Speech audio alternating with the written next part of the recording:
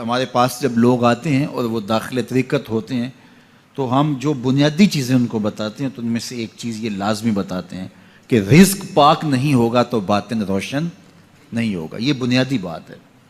اگر رزق پاک نہیں ہے تو میرے حضور نے ارشاد فرمایا کہ ایک بندہ سفر کر کے کعبۃ اللہ کے صحن میں پہنچتا ہے اور کعبے کے پردوں کو تھام رہا ہے, وہ یمد یدیہ, اور لمبے لمبے ہاتھ کر کے کہتا ہے اے اللہ, لیکن اس کا کھانا حرام ہے, اس کا پینا حرام ہے, اس کا لباس حرام ہے, وہ غزیہ بالحرام, اس کو غذا حرام سے دی گئی ہے.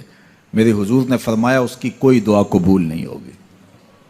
سفر کیا, جنگل پہاڑ کاٹے, سمندروں کو پاٹ کر کے آگے گیا, ہواؤں کے کلیجے چیر کے آگے بڑھا, مہینوں کی مسافتیں طے کر کے گیا اور کعبۃ اللہ کے سامنے کھڑا ہے, سین حرم میں مطاف میں کھڑا ہے, لیکن اس کا جسم حرام سے پلا ہے. اس نے جو پہنا ہے اس لباس کا تانا یا بانا حرام کا ہے, اس کو غذا حرام کی دی گئی ہے, اس نے پیا حرام کا ہے, اس نے کھایا حرام کا ہے, تو پھر اس کا یہ سارا سفر رائے گاں چلا جائے گا, اس کو کچھ نصیب نہیں ہوگا.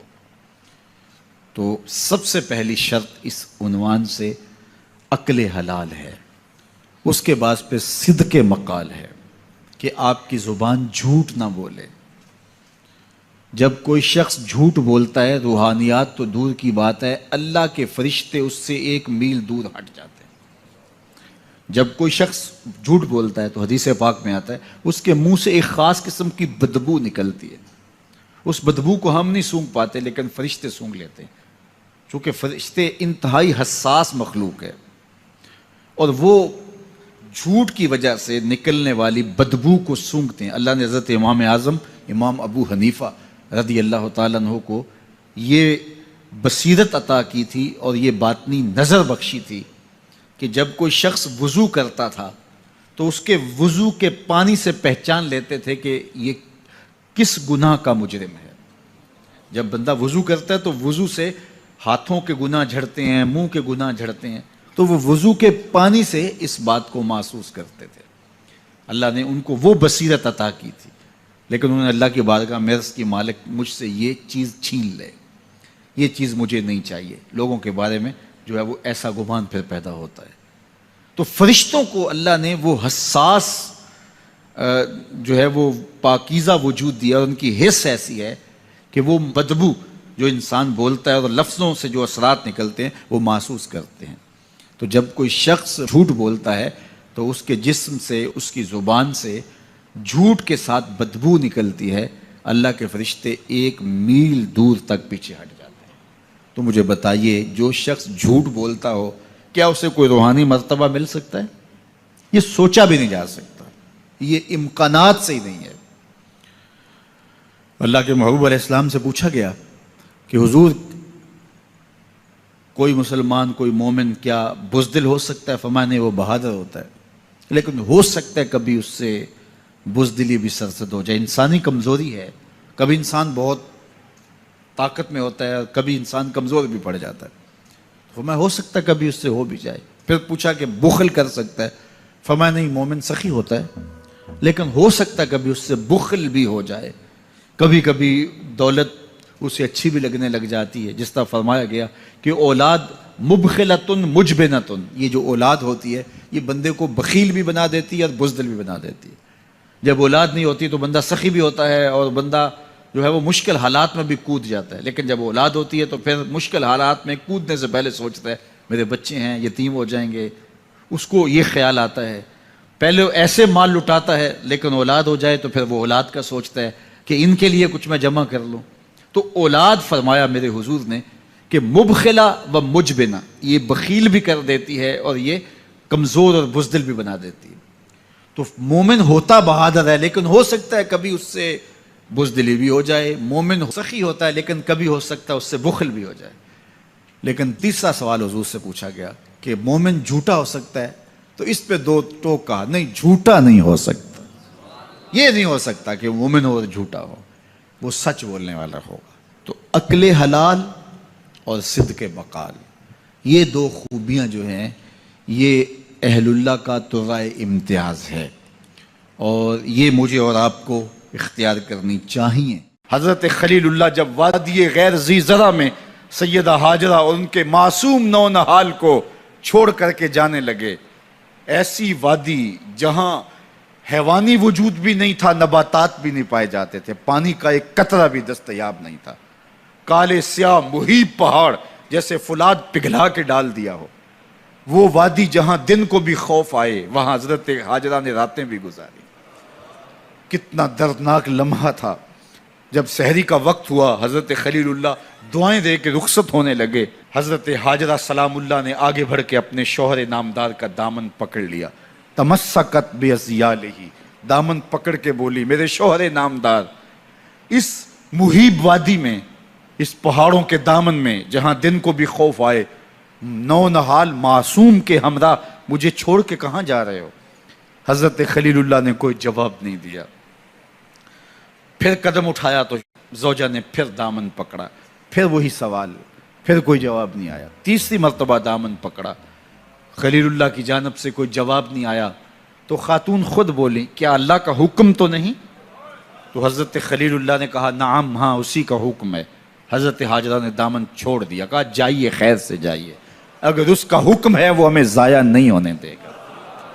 جہاں دن نہیں گزارے جا سکتے تھے پھر اس خاتون نے وہاں راتیں بھی کاٹی۔ وہ وادی جس میں وحشت بھی قدم رکھتی تھی ڈر ڈر کے، جہاں پھرتے تھے آوارہ تھپیڑے بادے سر سر کے، جہاں پر گھاس اگتی ہے، جہاں نہ پھول کھلتے ہیں، مگر وہ سرزمین ہے آسماں بھی جھک کے ملتے ہیں۔ اپنی پاک باز بیوی اور نونہال بیٹے کو چھوڑ کے حضرت خلیل اللہ دعائیں دے کے رخصت ہو گئے۔ تھوڑا سا توشہ تھا، 2-1 دن کے بعد ختم ہو گیا۔ پھر ماں کی چھاتی سے دودھ بھی خشک ہو گیا، نونہال پیاس سے تڑپنے لگا۔ ماں تو پھر ماں ہوتی ہے، تڑپتی ہوئی ممتا کا دل بے قرار ہوا۔ ایک پتھر کے سائے میں معصوم اسماعیل علیہ السلام کو لٹایا اور پانی کی تلاش میں جبل صفا پہ چڑھی۔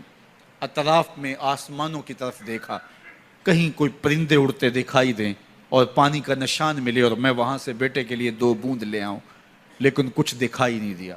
تا حد نظر پھیلا ہوا آسمان ہی آسمان ہے اور پہاڑ ہی پہاڑ نیچے دکھائی دیتے ہیں۔ پھر مروہ پہ آئیں، درمیان میں نشیبی جگہ تھی، وہاں بیٹے کا من موہنا چہرہ دکھائی نہیں دیتا تھا، دوڑ کے گزری اور جا کے صفا پہ گھوم کے دیکھا، کچھ نظر نہیں آیا۔ ادھر بھی دیکھ لیا، ادھر بھی دیکھ لیا، لیکن ماں تھی۔ پھر دوبارہ صفا پہ آئی، صفا پہ دیکھا، کچھ دکھائی نہیں دیا۔ پھر تڑپ کے مروہ پہ آئیں، وہاں پھر دیکھا، کچھ دکھائی نہیں دیا۔ پھر صفا پہ آئی، کبھی صفا پہ کبھی مروہ پہ، تڑپتی ہوئی ماں کی ممتا، بے قرار دل، ادھر پانی کی پیاس سے تڑپتا ہوا معصوم اسماعیل پتھر کی اوٹ میں، درمیان سے ماں گزرتی ہے تو بھاگ کے گزرتی ہے کہ بیٹے کا من مونا چہرہ بھی نگاہوں کے سامنے رہے۔ ذرا منظر تو دیکھو کتنا دل آویز ہے۔ اللہ اکبر، سینوں میں پتے پانی ہو جائیں، پتھر بھی ہو تو پگھل جائے اس زہرہ گداز داستان سے، لیکن اللہ پر توکل اور ماں کی بے قراریاں، کبھی صفا پہ کبھی مروہ پہ، زبان پہ شکایت نہیں ہے۔ پھر جب مروہ پہ پہنچتی ہیں، 7 چکر مکمل ہو گئے، تو ادھر کیا دیکھا کہ معصوم اسماعیل ایڑیاں رگڑ رہا ہے۔ ماں کا دل ڈولنے لگا کہ بیٹا آخری لمحوں میں دوڑی کہ بیٹے کو جا کے اپنی چھاتی سے چمٹاؤں، ہو سکتا ہے 2 قطرے دودھ کے اس کی زندگی کی آس بندھا دیں۔ تو ماں دوڑتی ہوئی آئی، لیکن جب قریب آئی تو منظر بدلا ہوا تھا۔ معصوم کی ایڑیوں کے رگڑنے سے تازہ چشمہ پھوٹ رہا ہے، پانی ہے کہ بے قابو ہونا چاہ رہا ہے۔ آگے بڑھی، جلدی جلدی مٹی کی منڈھیری کرتے ہوئے کہا زم زم، رک جا رک جا۔ اللہ اکبر۔ ہاجرہ سلام اللہ علیہا نے حضرت اسماعیل کی محبت اور اپنے رب پر توکل کی انوکھی اور البیلی داستان رقم کی۔ کہا ہاجرہ تو نے بھی حد کر دی، لیکن قیامت تک تیری راہوں کو بھی جلوہ گاہ بنا دیں گے۔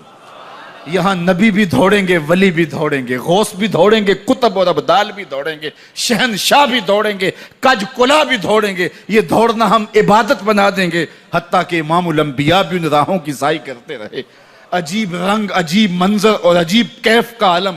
اچھا، یہاں رک کے ایک بات کرنا چاہوں گا، اگر آپ کی توجہ ہو، جہاں حضرت ہاجرہ دوڑیں اور ان کے مبارک قدم وہاں لگے اور لگ کے ہٹ گئے، عارضی نسبت ہے، مستقل نسبت نہیں ہے۔ جہاں ان کے قدم لگ کے ہٹ گئے وہ جگہ تو جلوہ گاہ بن گئی، اور جہاں حضور خود جلوہ فرما ہیں وہ گنبد خضرا جلوہ گاہ کیوں نہیں ہو سکتا ہے؟ اب یہ پانی جہاں حضرت اسماعیل کے قدم لگے، یہ پانی دنیا کا عظیم ترین پانی ہے، اور پھر اس کا پروٹوکول یہ ہے اس کو کھڑے ہو کے پیا جاتا ہے۔ یار یہاں بھی رک کے ایک بات کہہ دوں، حضرت اسماعیل کے قدموں کو چھونے والے پانی کا پروٹوکول ہے کہ اس کے لیے کھڑے ہو جائیں، اور حضرت اسماعیل مسجد اقصیٰ میں جس کے پیچھے کھڑے ہو کے نماز پڑھتے ہیں اس امام کے لیے کھڑے ہو کے مصطفیٰ جان رحمت پہ لاکھوں سلام پڑھ لیں تو اس میں شرک کہاں سے آ جائے گا؟ تو یہ تکریم